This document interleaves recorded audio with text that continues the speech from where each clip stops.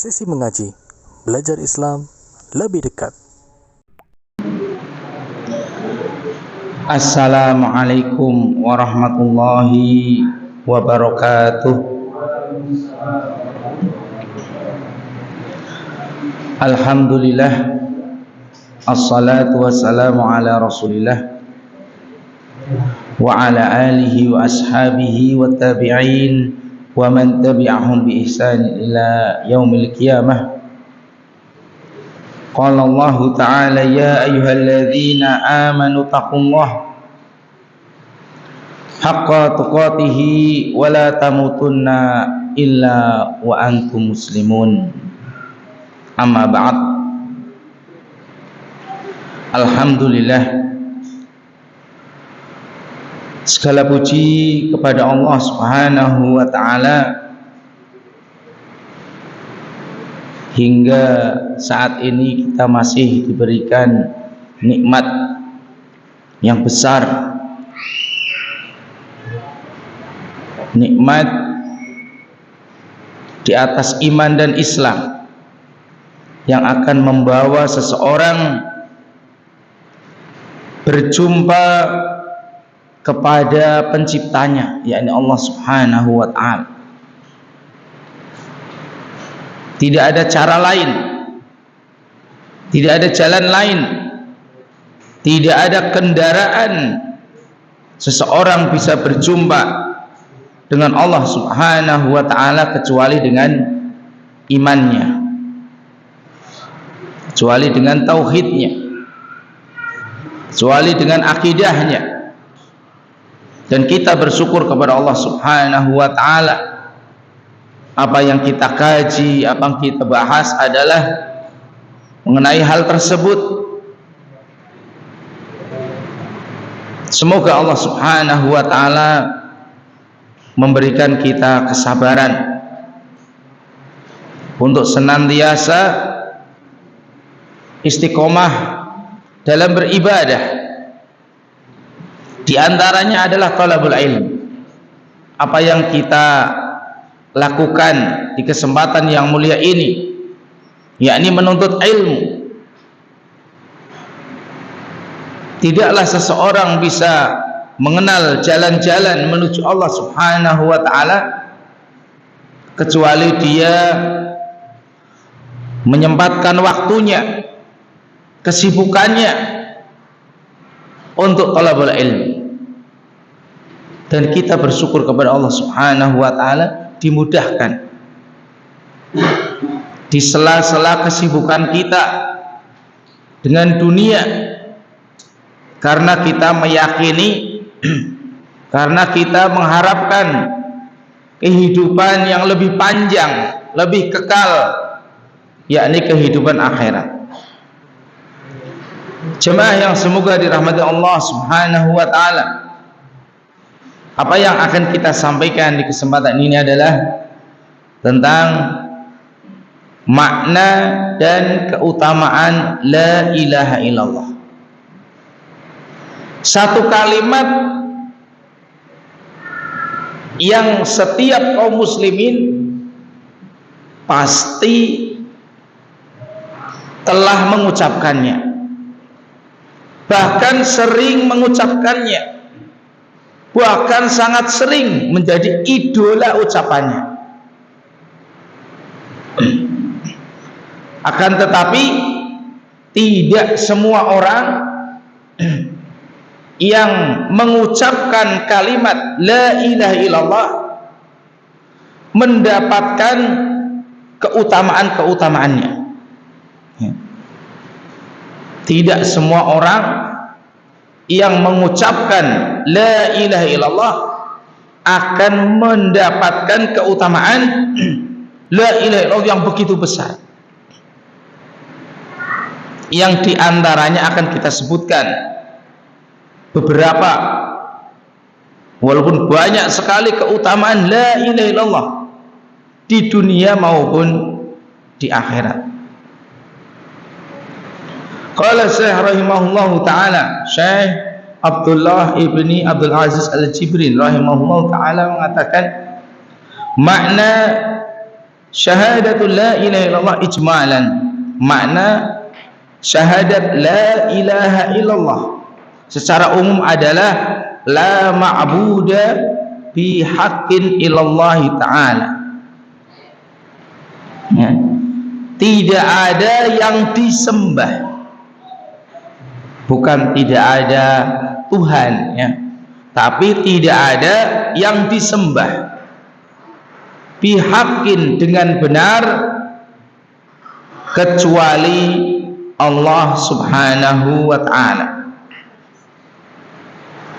Karena kita ketahui sesembahan di dunia ini banyak sekali, ya, sesuatu yang disembah banyak. Ada yang menyembah dewa, ada yang menyembah pohon, ada yang menyembah matahari, ada yang menyembah api, ya.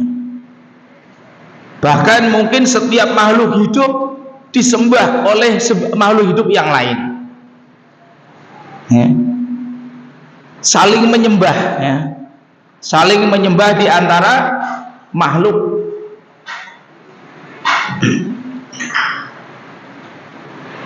Akan tapi di sini Allah Subhanahu wa taala menjelaskan la ma'buda, tidak ada yang disembah dengan benar.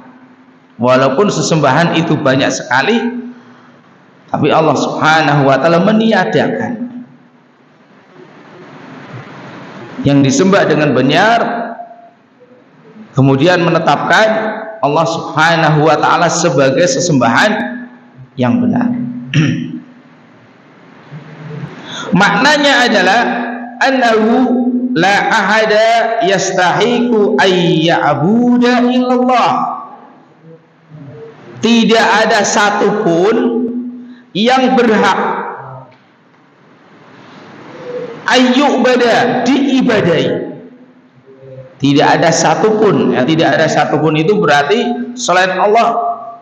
Tidak ada pengecualian, semuanya, tidak ada satupun, baik itu malaikat, baik itu para nabi, para rasul, gunung yang besar, langit, matahari, bulan, bintang, ya, tidak ada satupun yang berhak untuk disembah kecuali Allah Subhanahu wa ta'ala.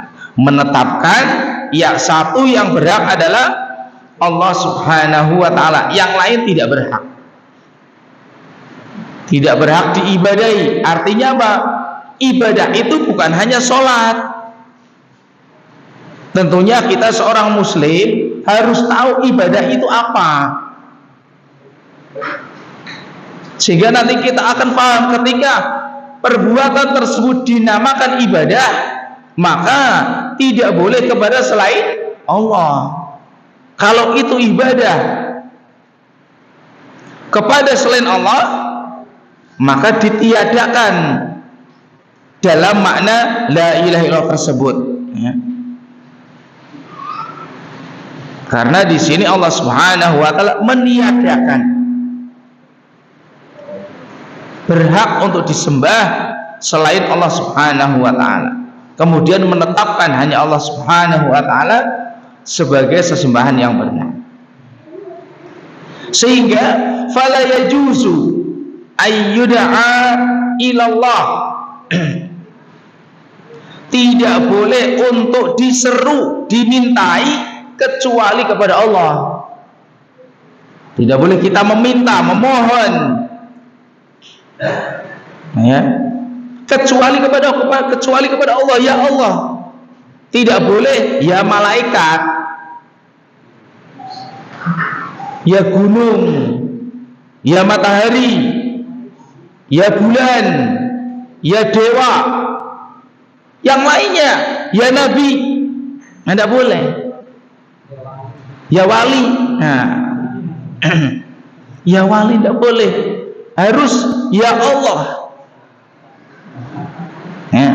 Ini yang harus difahamkan kepada kaum muslimin. Mereka ucapan dengan perbuatannya tidak sama. Ucapannya mengatakan saya itu ibadahnya hanya kepada Allah, tapi mengapa ketika beribadah prakteknya ya Nabi, wahai Nabi. lancarkanlah rezeki saya, tolong saya, berilah kami kelancaran rezeki ya wali, ya, dan yang sebagainya. Ya malaikat, atau orang majusi ya api misalnya. Kalau orang India apa? Ya sapi. Masya Allah. Mungkin kita orang Muslim ketawa, tapi kalau kalian ketawanya di India bisa remuk, ya.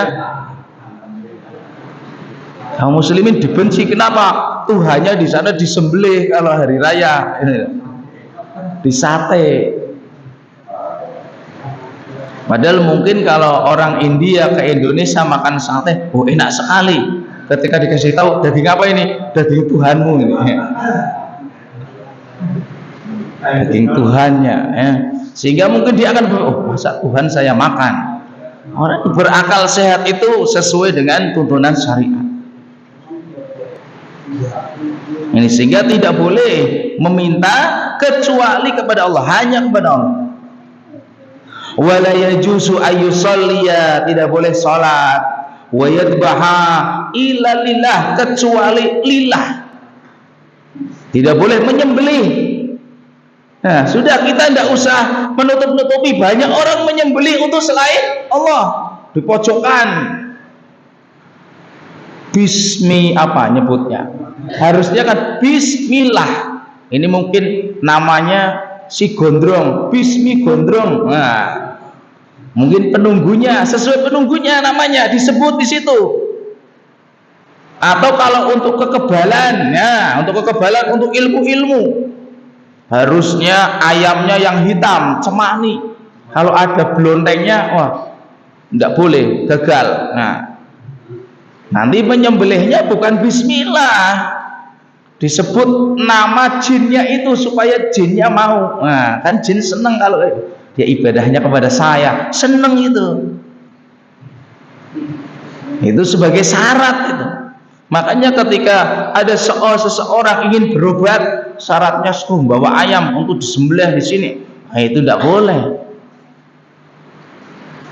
Karena menyembelih termasuk ibadah. Dan ibadah harus ditujukan hanya kepada Allah, illa lillah.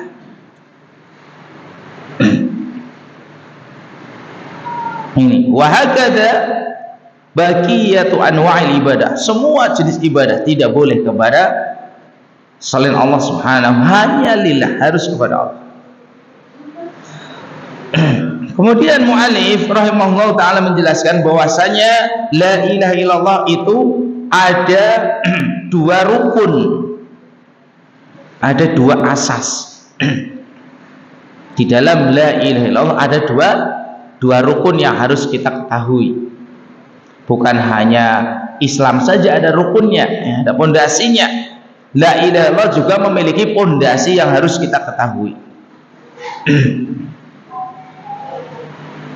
Yang pertama adalah an-nafyu, meniadakan, yakni nafyul ilahiyati an kulli masyaallah, meniadakan al-ilahiyah, ketuhanan, sesembahan dari semuanya, segala sesuatu selain Allah Subhanahu wa ta'ala,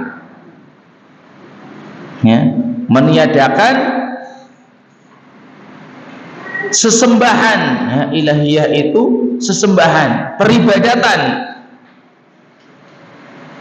kepada semuanya selain Allah Subhanahu wa ta'ala, dikecualikan.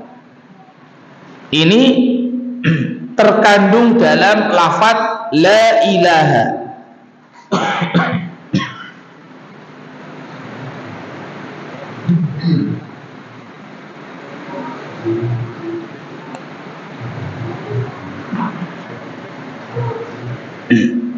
Karena la ilaha illallah itu terbagi menjadi dua. Yang pertama an-nafyu, dari lafaz la ilaha, tidak ada ilah, tidak ada yang disembah, ya.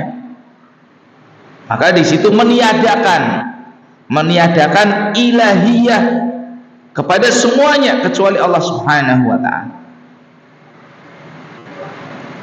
Yakni tanfi ayyakuna ghairullahi ta'ala mustahiqan lil ibadah, meniadakan keberadaan selain Allah itu berhak untuk diibadahi. Meniadakan keberadaan selain Allah itu berhak diibadahi, jadi tidak berhak ditiadakan, ya. Dari pondasi yang pertama, rukun yang pertama itu meniadakan selain Allah itu tidak berhak untuk diibadahi. Kemudian rukun yang kedua, al-itsbat, menetapkan. Jadi ada meniadakan, ada menetapkan. Wa huwa itsbatul ilahiyah billah. Lawannya yang pertama. Kalau yang pertama itu meniadakan peribadatan, kalau yang kedua menetapkan peribadatan tapi kepada Allah. Jadi kalau kita mengucapkan la ilaha illallah, kita tahu makna tersebut, Masya Allah, merinding gitu.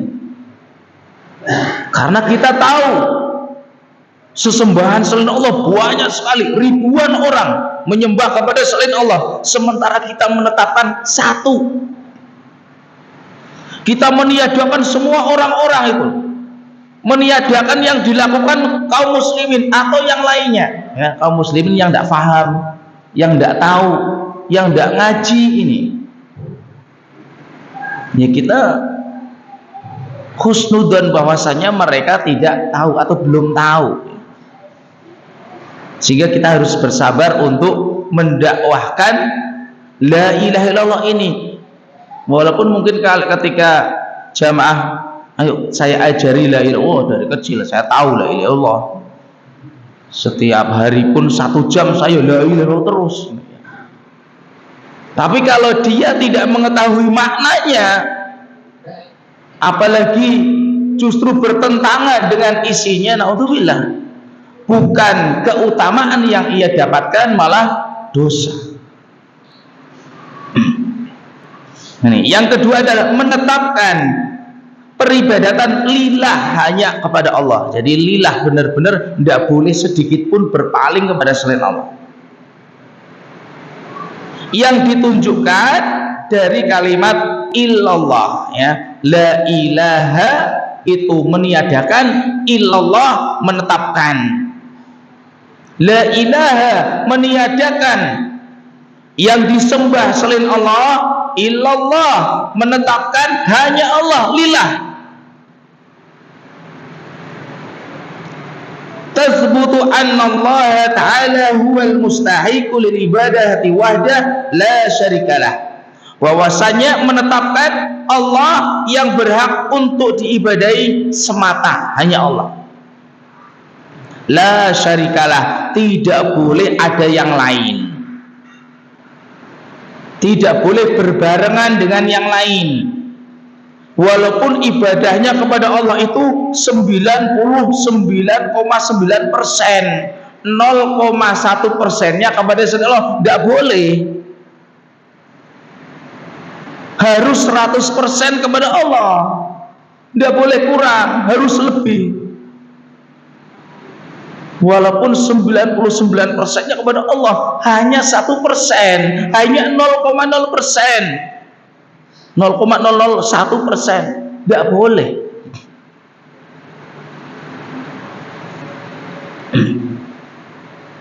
Berbeda dengan dosa yang lain. Kalau dosa yang lain masih bisa ditolong, tapi untuk ini la ilaha tidak bisa. Tidak ada istilahnya tawar-menawar. Tidak boleh rusak sedikit pun, tidak boleh melenceng sedikit pun kepada selain Allah Subhanahu wa ta'ala.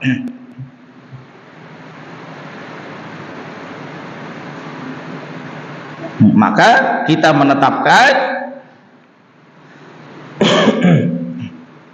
Allah Subhanahu wa ta'ala huwal mustahiqu lil ibadati wahdah. Allah adalah satu-satunya yang berhak untuk diibadahi. Karena kita sudah tahu ketika pembahasan tauhid rububiyah, li'annahul khaliq, dia sebagai pencipta, ar-razik, yang memberi rizki, al-malik, yang menguasai, yang memiliki kita, al-mudabir, yang mengurusi li jamil umur, semua urusan. Kalau di tauhid rububiyah kita sudah mengakui Allah yang memberi rizki, mengapa kita cari memperlancar rizki ke bawah pohon, nginep di sana, cari wangsit, ke gua-gua, atau macam-macam,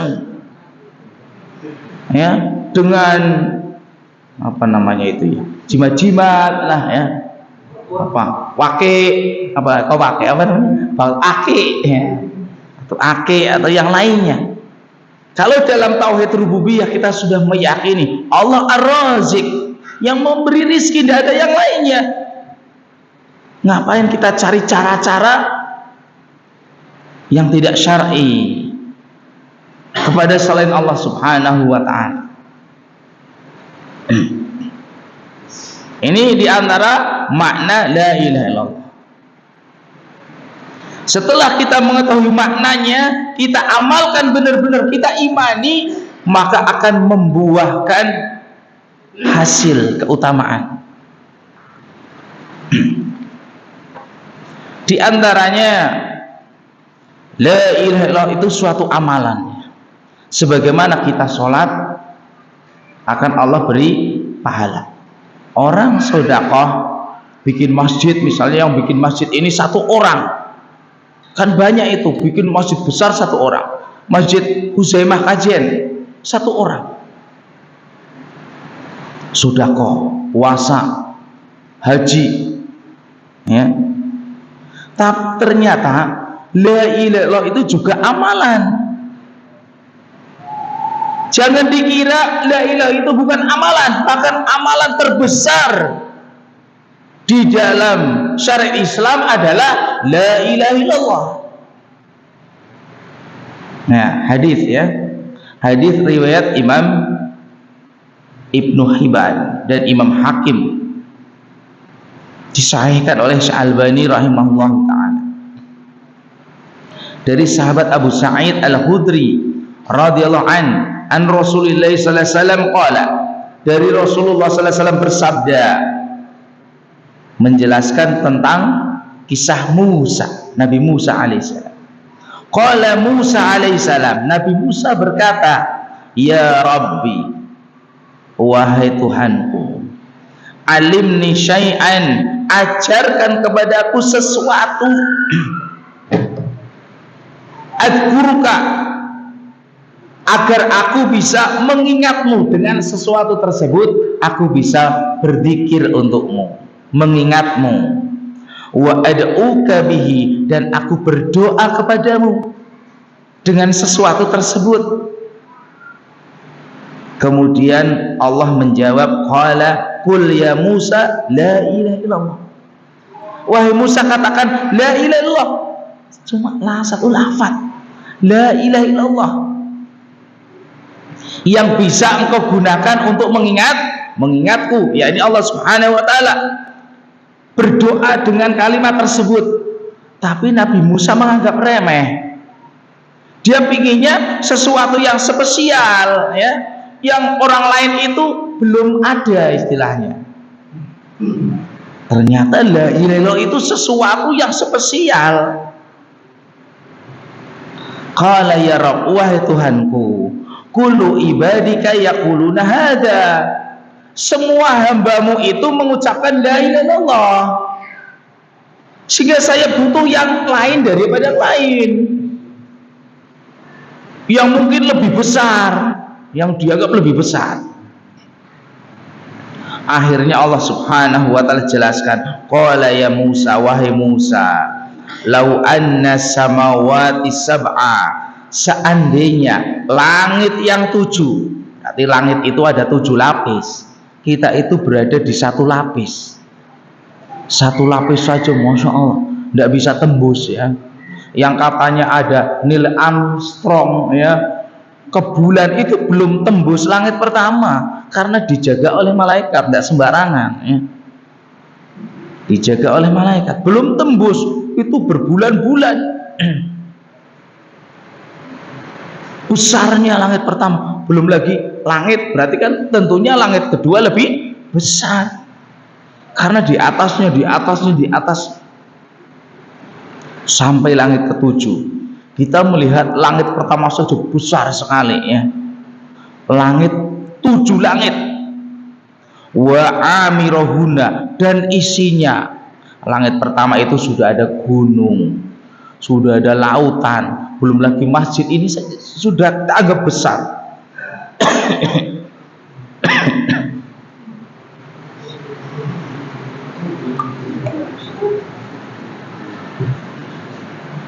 Masjid ini saja kita tidak bisa mengangkatnya, belum lagi kalau semua bangunan dikumpulkan. Ini 7 langit dan semua isinya. Isi di langit pertama ada bumi, ada seluruh galaksi ya, ada matahari, ada bulan, dikumpulkan jadi satu. Belum lagi di langit kedua, langit ketiga, langit ketujuh ada arsy yang besar sekali, ada kursi Allah. Wal ardina sab'a, dan bumi yang 7, bumi juga ada 7 lapis.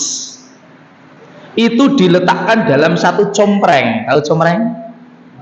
Kalau ada orang nimbang itu kan ada comprengnya ya. Diletakkan ya, fikifatin, dalam satu wadah. Wala ilaha fikifatin, wadah yang satu itu ya kiloannya ya, satunya comprengnya, satunya kiloannya. Kiloannya itu la ilaha illallah. Kata Allah Subhanahu wa taala, malat bihinna la ilaha illallah.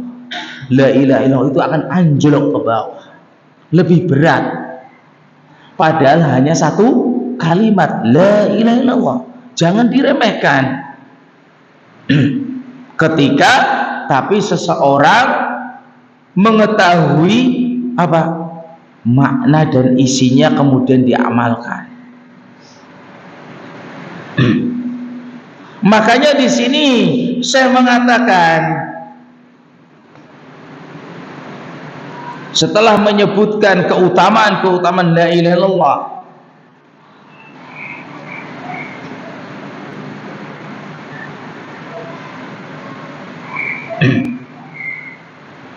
bahwasanya annaha la tahsul likulli man nataqa bi hadhil kalimah.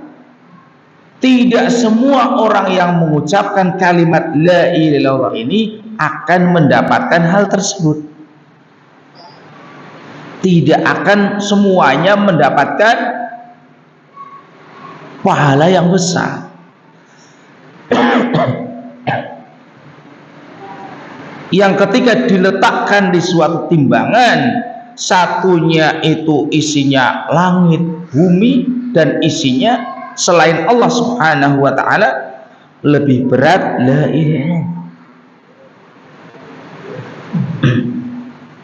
Mungkin kita pernah ingat ya tentang kisah hadis bitok.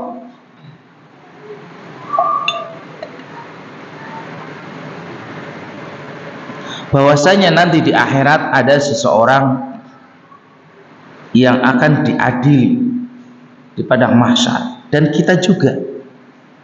Tapi beritanya sudah dikisahkan. Seseorang dipanggil, disebutkan dosa-dosanya. Iya, saya akui dosa ini, siang malam isinya dosa banyak. Tapi kata Allah Subhanahu wa ta'ala, engkau termasuk penduduk surga. Heran dia, wong isinya saya itu banyak dosanya, tapi kenapa kata Allah saya termasuk penduduk surga? Mungkin dalam istilahnya bahasa kita itu ngece, dihina saya, diremehkan. Tidak benar, kamu termasuk penduduk surga. Didatangkanlah satu kartu bitokoh yang isinya kalimat la ilaha illallah. Dosa-dosanya dimasukkan dalam satu wadah, la ilaha illallah tersebut satu wadah. la ilaha illallahnya lebih berat, akhirnya masuk ke dalam surga. Walaupun mungkin bisa saja dia melewati neraka dahulu, ya, karena dosa-dosanya. Kalau Allah mengampuni bisa langsung masuk surga. Kalau Allah tidak mengampuni, maka masuk neraka terlebih dahulu untuk dicuci, kemudian masuk surga. Keutamaan yang kedua, hadis riwayat Imam Bukhari dari sahabat Uthman bin Malik radhiyallahu an, qala Rasulullah sallam, fa innallaha qad harrama 'alan nari man qala la ilaha illallah. Sesungguhnya Allah Subhanahu wa taala mengharamkan atas neraka siapa? Man qala la ilaha illallah. Berarti semua orang yang mengucapkan la ilaha illallah haram atasnya neraka? Tidak. Ada penjelasan lagi, yabtaghi bidzalika wajhallah. Ketika mengucapkan la ilaha illallah benar-benar mengharap wajah Allah, ikhlas, tidak berbuat kesyirikan. Jadi tidak semua orang walaupun mungkin siang malam mengucapkan la ilaha illallah, tidak semuanya mendapatkan keutamaan tersebut. Diharamkan neraka. Kenapa? Tidak terpenuhi syaratnya. Ini yang nanti akan kita jelaskan, ya. Kita akan sedikit nanti kita jelaskan setelah Isya, ya, insyaallah biidznillah taala. Kita cukupkan. Subhanakallahumma wa bihamdika asyhadu an la ilaha illa anta astaghfiruka wa atubu ilaik. Assalamualaikum warahmatullahi wabarakatuh. Assalamualaikum warahmatullahi wabarakatuh. Alhamdulillah hamdan katsiran thayyiban mubarakan fi kama yuhibbu rabbuna wa yarda. Asyhadu an la ilaha illallah wahdahu la syarikalah wa asyhadu anna Muhammadan abduhu wa rasuluhu la nabiyya ba'dah. Amma ba'd. Tadi sudah kita sebutkan beberapa keutamaan la ilaha illallah. Di antaranya tadi sebagai pemberat amal yang paling berat, karena tidak ada yang bisa melebihi beratnya amal la ilaha illallah. Yang kedua, seseorang yang benar-benar mengamalkan la ilaha illallah diharamkan atasnya neraka walaupun dia punya dosa. Artinya apa? Dosa tersebut dia meninggal belum bertobat, belum sempat ditobati. Jadi ada kemungkinan, ya, memungkinkan Allah mengampuninya karena keutamaan la ilaha illallah tersebut.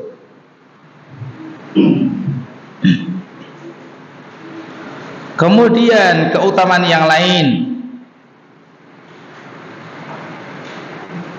dalam sebuah hadis riwayat Imam Abu Dawud dan disahihkan oleh Al-Albani rahimahullah taala dari sahabat Mu'ad bin Jabal radhiyallahu an, Rasulullah SAW bersabda, man kana akhiru kalamihi la ilaha illallah dakhalal jannah. Siapa yang akhir ucapannya adalah la ilaha illallah, masuk surga.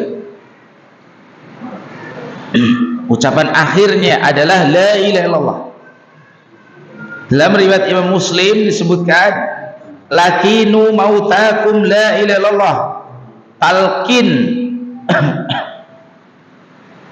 mautakum, maksudnya apa? Orang yang sakaratul maut, bukan mentalkin orang sudah meninggal dunia, ya.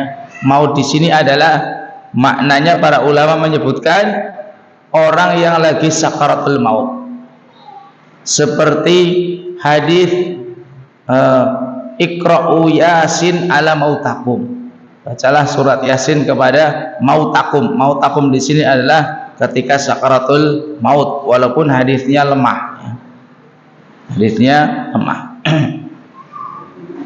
kalaupun mau diamalkan ketika sakaratul maut. Tapi hadis yang sahih adalah untuk mentalkin la ilaha illallah. Ya, lakinu mautakum la ilaha illallah. Talkinlah orang yang ketika sakaratul maut la ilaha illallah. Fa inna man kana akhiru kalamihi la ilaha illallah indal mauti dakhalal jannah. Karena barang siapa yang akhir ucapannya la ilaha illallah ketika sakaratul maut, dia masuk surga. Karena memang sulit ya, ketika dalam sakaratul maut dia bisa mengucapkan kalimat ini sangat-sangat sulit. Kebanyakan orang yang diingat padahal belum sakaratul maut ya, baru panas, biu. Masih mending mengucapkan astagfirullah ya Allah, mending. Ini yang diucap orang-orang yang sudah meninggal dunia, mae ya. Apalagi ketika sakaratul maut, yang kata Rasulullah SAW, innalil mauti la sakarat, sesungguhnya dikala ajal ya, nyawa dicabut itu ada sakarat, rasa sakit. Makanya ketika seseorang dalam keadaan sakaratul maut, dia hanya bisa memandang. Entah dia memandang malaikat yang menyeramkan sehingga terbelalak takut yang sangat. Orang kalau takut sangat kan gitu ya, apalagi takut sangat langsung pingsan. Itu baru melihat pocong, melihat ini, itu sudah lari. Ini melihat malaikat. Karena apa? Karena dia bukan orang beriman, karena banyak dosanya, sehingga malaikat menampakkan wajah yang tidak baik, yang menakutkan.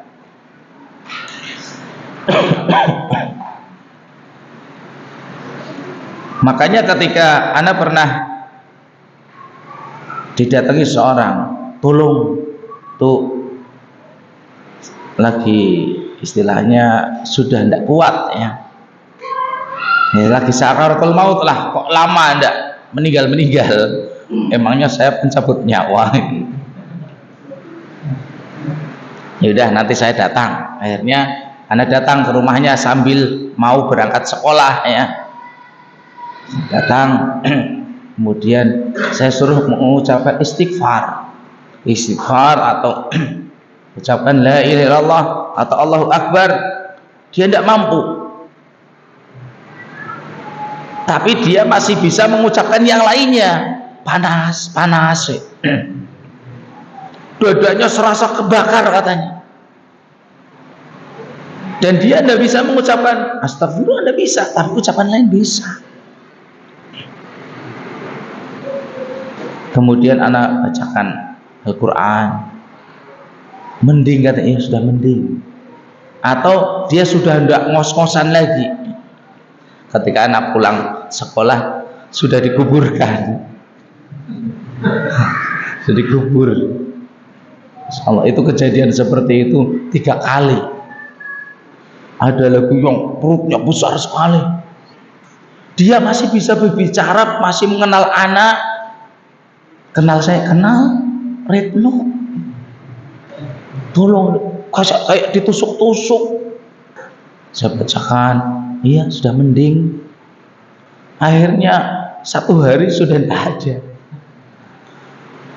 Yang satu lagi katanya melihat bulatan-bulatan hitam. Ini saya melihat itu ada bulatan-bulatan hitam, kayaknya mau masuk. Di dalam juga ada katanya. Panas sekali.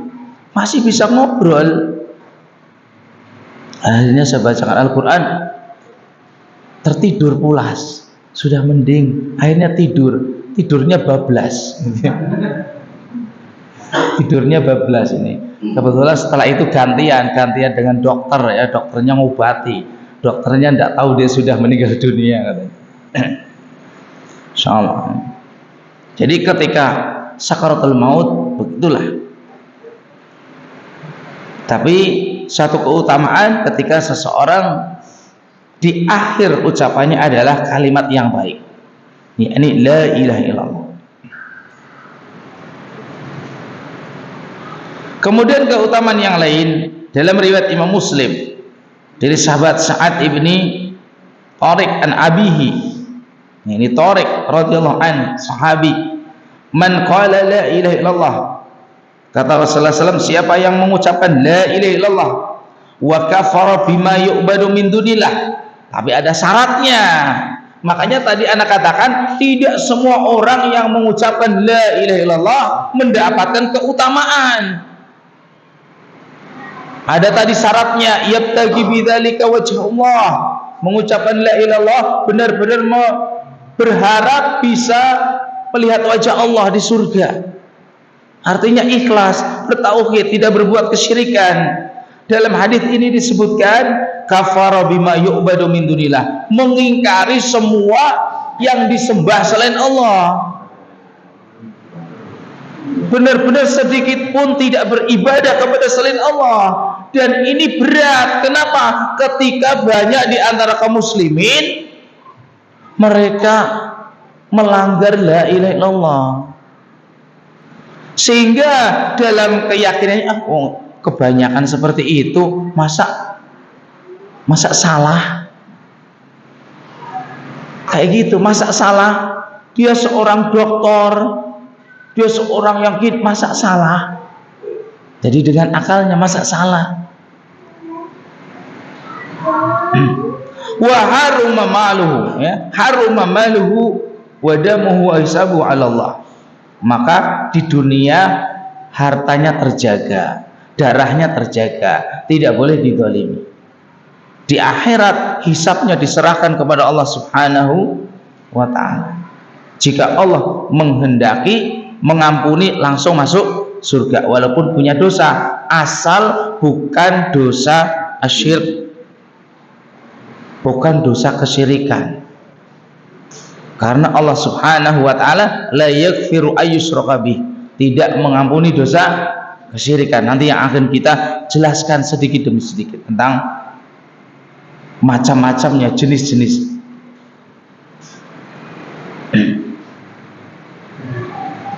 Maka sebagai peringatan tadi disebutkan tidak semua orang yang mengucapkan kalimat la ilaha illallah bisa mendapatkan keutamaan tersebut. Tidak semua orang yang mengucapkan la ilaha illallah bisa masuk surga. Orang-orang munafik bukannya dia mengucapkan la ilaha illallah, tapi terancam fidarkil asfali minanar, terancam di dasar neraka. Naudzubillah. Sehingga balabuda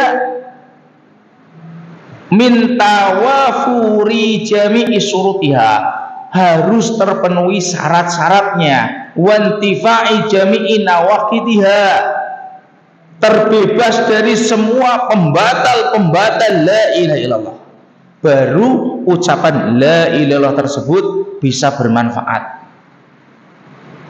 bisa berat timbangannya, bisa terbebas dari api neraka, bisa masuk surga.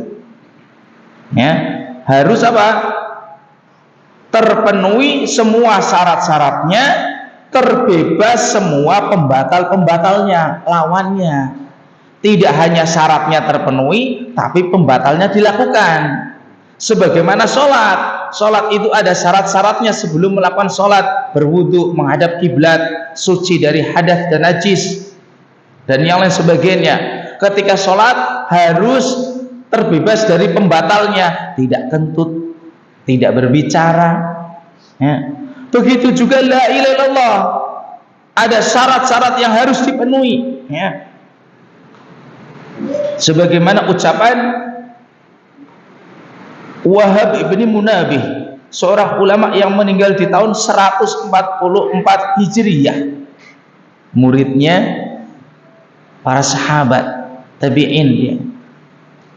Beliau mengatakan, alaisa miftahul jannah la ilaha illallah, bukankah kunci surga itu la ilaha illallah?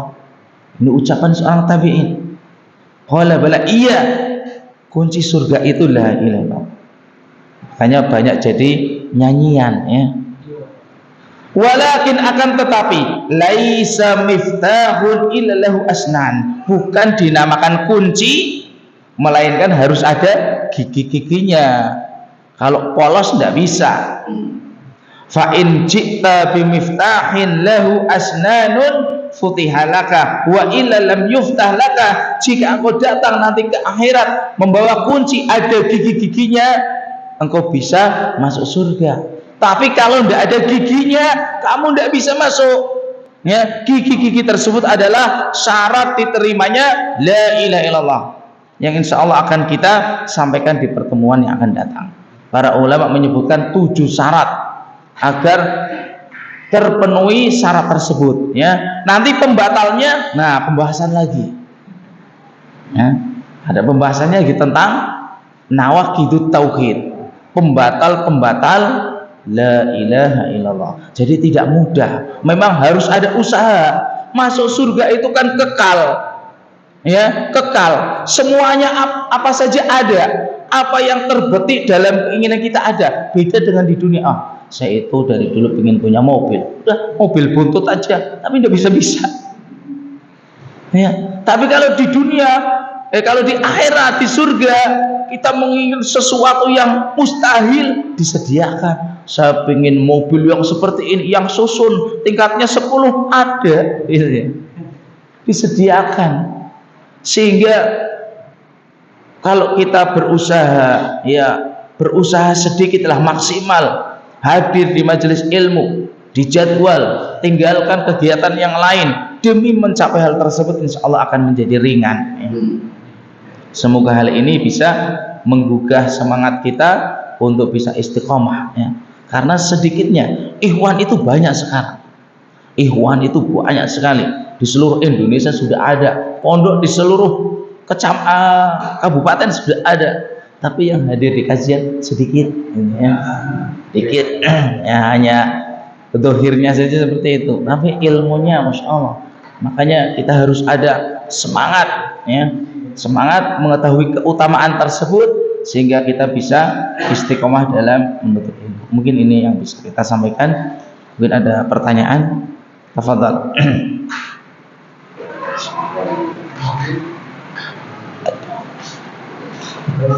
Ya. Bagaimana kalau saya mengkhususkan kalimat thayyibah untuk sesuatu biar mendapatkan, semuanya saya membaca secara 1000 kali biar saya mendapatkan video tersebut. Yang pertama. Yang keduanya, kalau ini bacaan yang tepat, Allah, atau bagaimana juga. Yang ketiganya, yang ketiganya, bolehkah kita berjalan mencium tangan orang tersebut? Ini baca doa. Assalamualaikum warahmatullahi wabarakatuh. Waalaikumsalam. Yang pertama apa tadi? Mengkhususkan kalimat la ilaha illallah untuk mencapai sesuatu boleh. Bahkan disyariatkan dalam berdoa kita menyebut nama Allah. Kita ingin mendapatkan sesuatu, ingin rezekinya lancar, ingin anaknya sehat, atau apa, ya, apa sajalah. Di awal doa itu kita disyariatkan menyebut nama Allah. Allahu Akbar, Ar-Razik, Ar-Rahman, Ar-Rahim, atau la ilaha illallah boleh. Itu namanya tawasul. Tawasul dengan amal boleh. Jadi ada tawasul bid'ah yang tidak ada syariat, ada tawasul yang dibolehkan. Nanti ada pembahasannya insya Allah, ya. Jadi kalau dibaca di kuburan kan masalahnya sering. Kemudian menentukan, nah tadi kan menentukan 1000, ya, menentukan 1000 itu yang tidak boleh. Menentukannya yang tidak boleh. Menentukan ini butuh dalil. Boleh ketika selesai sholat, subhanallah subhanallah 33 kali. Wah, saya 33 kali kurang, saya kuat 100 kali, tidak boleh. Loh Ustaz, kan lebih banyak. Iya, karena tidak sesuai syariat. Bisa dipahami enggak?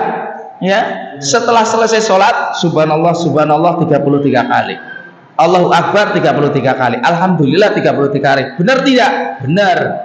Tapi wah, saya masih kuat, saya 1000 kali 1000 kali, malah salah. padahal secara akal lebih banyak. Begitu juga ketika sholat isya, wah saya kuat 10 rakaat. Ya tidak boleh, itu namanya bid'ah.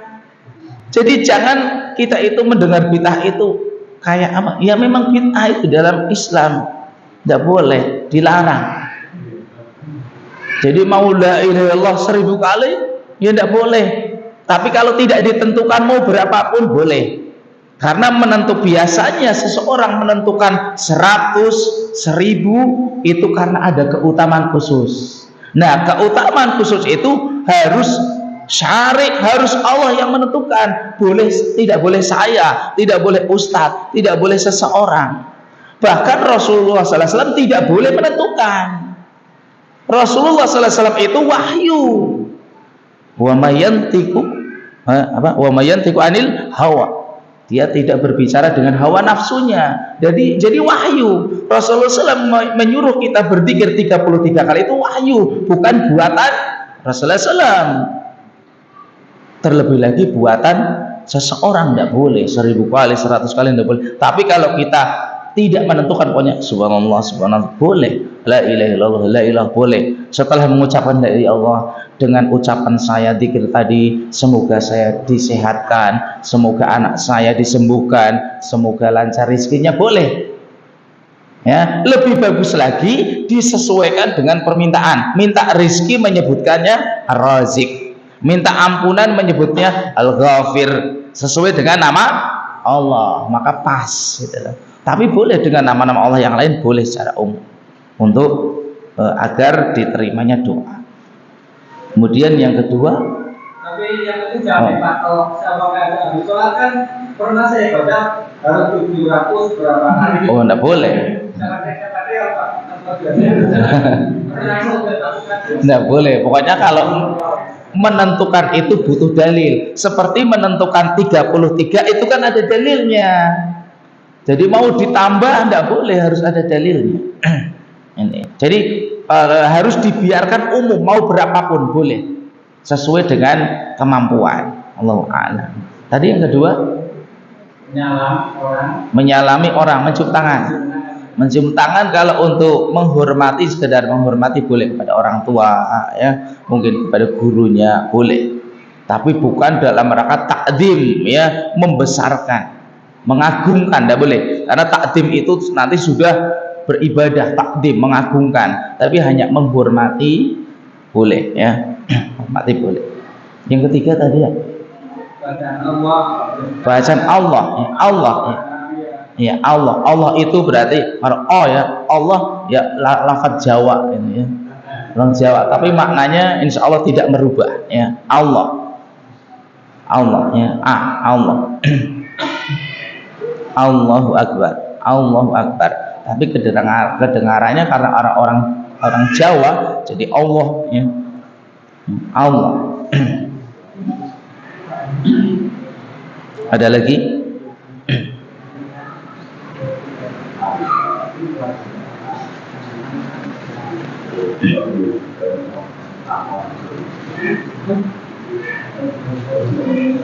Kita cukupkan ya, semoga apa yang kita sampaikan bisa dipahami. Kalau kurang paham nanti bisa ditanyakan ya, atau ditanyakan kepada ustadz yang lain. Semoga bermanfaat, semoga bisa diamalkan, semoga bisa menambah iman kita. Sebagaimana iman itu akan meningkat ketika kita melakukan amal ibadah, dan iman itu akan menurun, melemah ketika kita melakukan maksiat. Sehingga perkuat iman dengan banyak-banyak melakukan ibadah kepada Allah Subhanahu wa ta'ala. Allahumma inna nas'aluka al-huda wa tuqa wal afafa wal ghina. Subhanakallahumma bihamdika asyhadu an la ilaha illa anta astaghfiruka wa atubu ilaik. Assalamualaikum warahmatullahi wabarakatuh.